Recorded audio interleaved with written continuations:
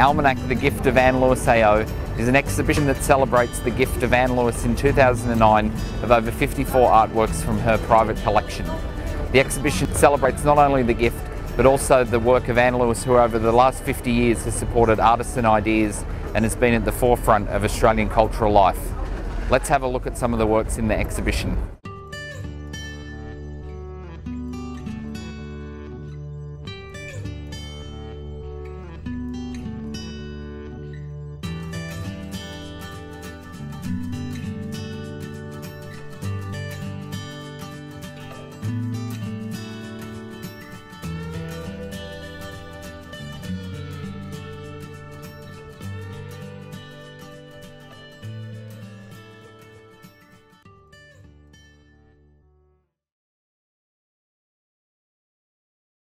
The exhibition and the collection, in a sense, provides a type of roadmap of the last 50 years of Australian art practice. It covers the gamut of sort of mediums from photography, sculpture, through to painting. It includes Indigenous art and non-Indigenous work.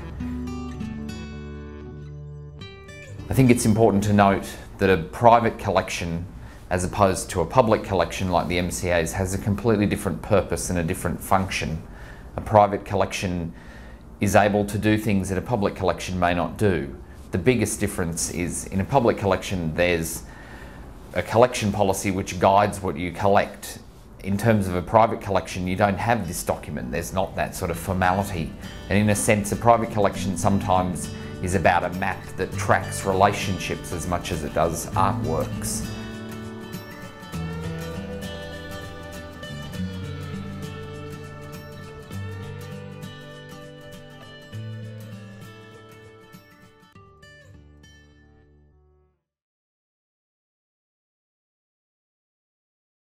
One of the really interesting things about Anne's collection is the way that it looks at Indigenous art and non-Indigenous art and sort of brings them together, trying to find a way that abstraction, in particular abstraction now by non-Indigenous artists, is heavily informed by that of the Indigenous artists, and the way that Indigenous art has moved from a peripheral context into being very much at the centre of Australian art at the moment. It includes certain key artists such as Emelina Wari, who was from Utopia and only started painting quite late in life, through to younger artists like Ildiko Kovacs, who is a Sydney-based non-Indigenous painter working here in Sydney, who's heavily influenced by Aboriginal art and sort of sees it as a wellspring and as something that she has to draw into her practice. It also includes a number of works by international artists such as Robert Rauschenberg, a multiple that Anne bought in the 1970s. It includes a number of older pieces such as works by Ralph Bolson and also works by Robert Klippel, both of whom were shown at Gallery A in Sydney in the 60s and the 70s.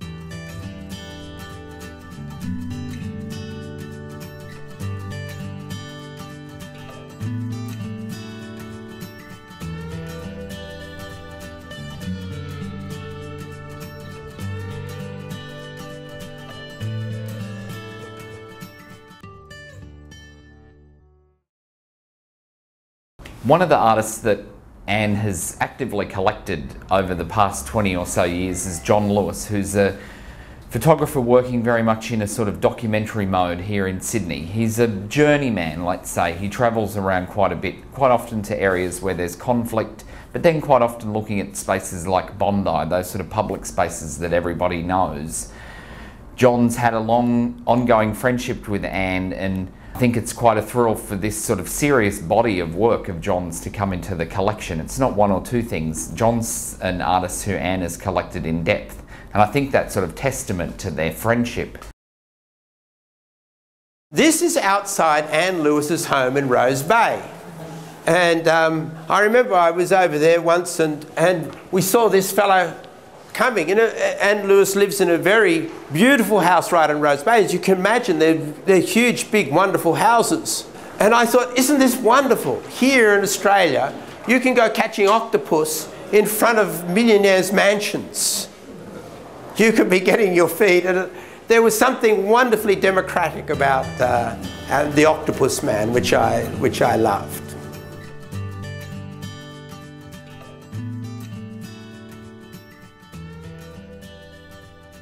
I received a little booklet by Lucas Samaras, and there was a little bit of writing in it that said, for Johnny from Anne Lewis. I didn't know who Anne Lewis was, and I just thought it was just an incredibly out of the blue, wonderful thing to do to an aspiring photographer. And she's proven to be, you know, a great friend and a great supporter, and you know, a lovely woman. And I think she brings a sort of bit of elegance and sophistication to the Sydney art world and many other art worlds.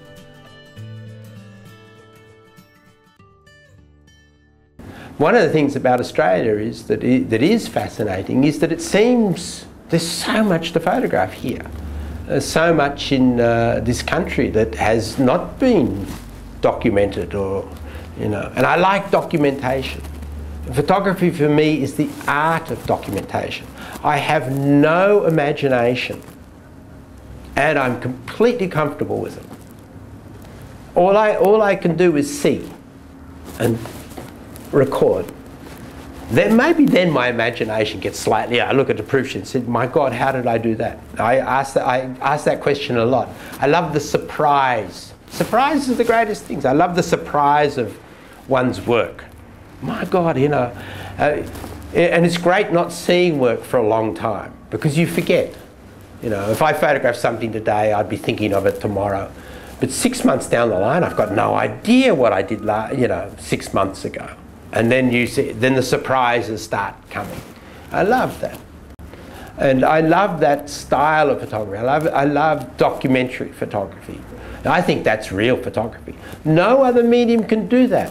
No other medium can document and freeze something like that, you know. And I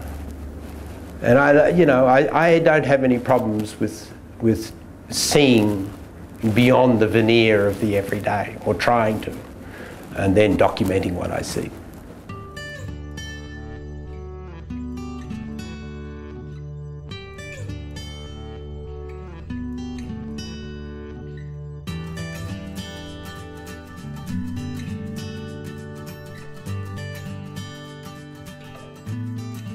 The earliest work in the exhibition is a painting called Constructive Number 24 by Ralph Bolson, which was painted in 1953. Bolson's really one of the most important Australian abstractionists, not just because of his work, but also about the example that he was as an artist. Anne Lewis showed Bolson's work in the 60s at Gallery A, and I think he was a real inspiration to a generation of abstract painters that came after him. Again, not just because of the work, but also about the fact that he had maintained a practice which in Australia is not always that popular. Abstraction in the 60s and 70s in particular was always surpassed by, let's say, landscape painting, or looking at those sort of Australian mythologies, and abstraction doesn't engage with those things. It's an interesting collection in that it starts with Bolson in 53, but then it sort of looks at all these different points and sort of high points within abstraction through time. So there's Bolson's work, and then we sort of follow that through to people like Richard Dunn. Then in more recent times we have the influx and importance of Aboriginal art and the way that that sort of invigorated abstract painting in Australia. And in the same way it's also invigorated landscape painting and allowed this sort of conceptual fusion between the two movements. That's paramount in artists like Ildiko Kovacs, and it's also interesting the way that that is sort of plays back in the context of this exhibition. If you look at someone like Ildiko up against someone like Rosella Namok, who's an Indigenous artist who lives and works in Lockhart River in Queensland, you get a real sense of the sort of process and the activity of making artwork.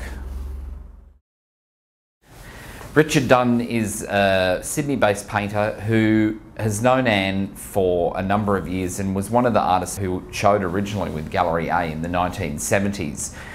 Richard's work is very much almost like a sort of conceptual abstraction. The earliest piece in the exhibition was a work called Two Squares, Sphinx, which has a very minimalist sort of aesthetic. It's two blocks of grey, but it's very much a laboured painting, and you really have to look at the painting to see the way that it's been constructed. It's not something that's quite simple. It's taken time to make, and it needs time to view it also.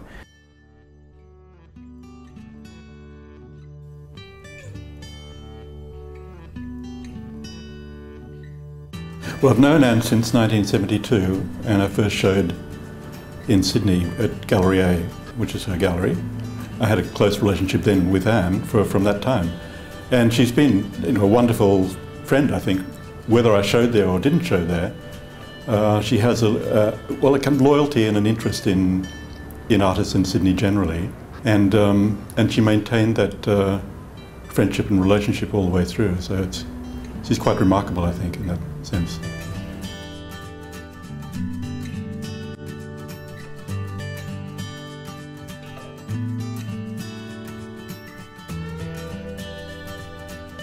It comes from family. I did 4 paintings of direct tartans, very specific, and they were each of my grandparents. So that's really where that started. And then I made some paintings that use those same 4 tartans. I was also interested in the way in which those specific tartans related to Mondrians, and particularly the New York Mondrians, like the Broadway Boogie Woogie, and I think it's the New York Boogie Woogie. And he starts to elaborate on this idea of where things are crossing and how these lines are broken up, so it starts to become quite complex. Why is it untitled? Well, it's untitled because it's simply a painting which it's a painting without a specific subject. I mean, it is what it is. Why is it the Wild? There's a set of paintings that were made of tartans in that kind of way, where they were treated as a basis for something quite abstract, drawn from the tartan, and which may be a little like Barnett Newman or and even John McLaughlin, or that sort of thing. And so I had titles. I think some titles were drawn from Newman, and that title comes from Jackson Pollock. That's the Jackson Pollock title. But I think there's always a question about how images can work and what their limit is. And with the tartan, I suppose, like the John's flag painting, you could say there's a limit to the image. So from the flag paintings, you get the stellar black paintings, the structured black paintings of Stella that are the beginning of minimalism. Really, minimalism really comes out of Stella, and Stella comes out of John's, out of the flag paintings. So you get to this point of the limit of the image, where the image is no longer operating as an image, but it simply is as a set of forms. Yet it still, with a flag, implies something. So I think this kind of ambiguity is quite interesting. One of the great things about a public collection and working with a collection such as Anne's in a public space is the ability to sometimes throw away those sort of things that define what might happen in a public museum. It allows you to put like with like, to bring together objects that may have uncertain links, but then when you sort of bring them within the ambit of one another, they start to sort of riff and play off one another.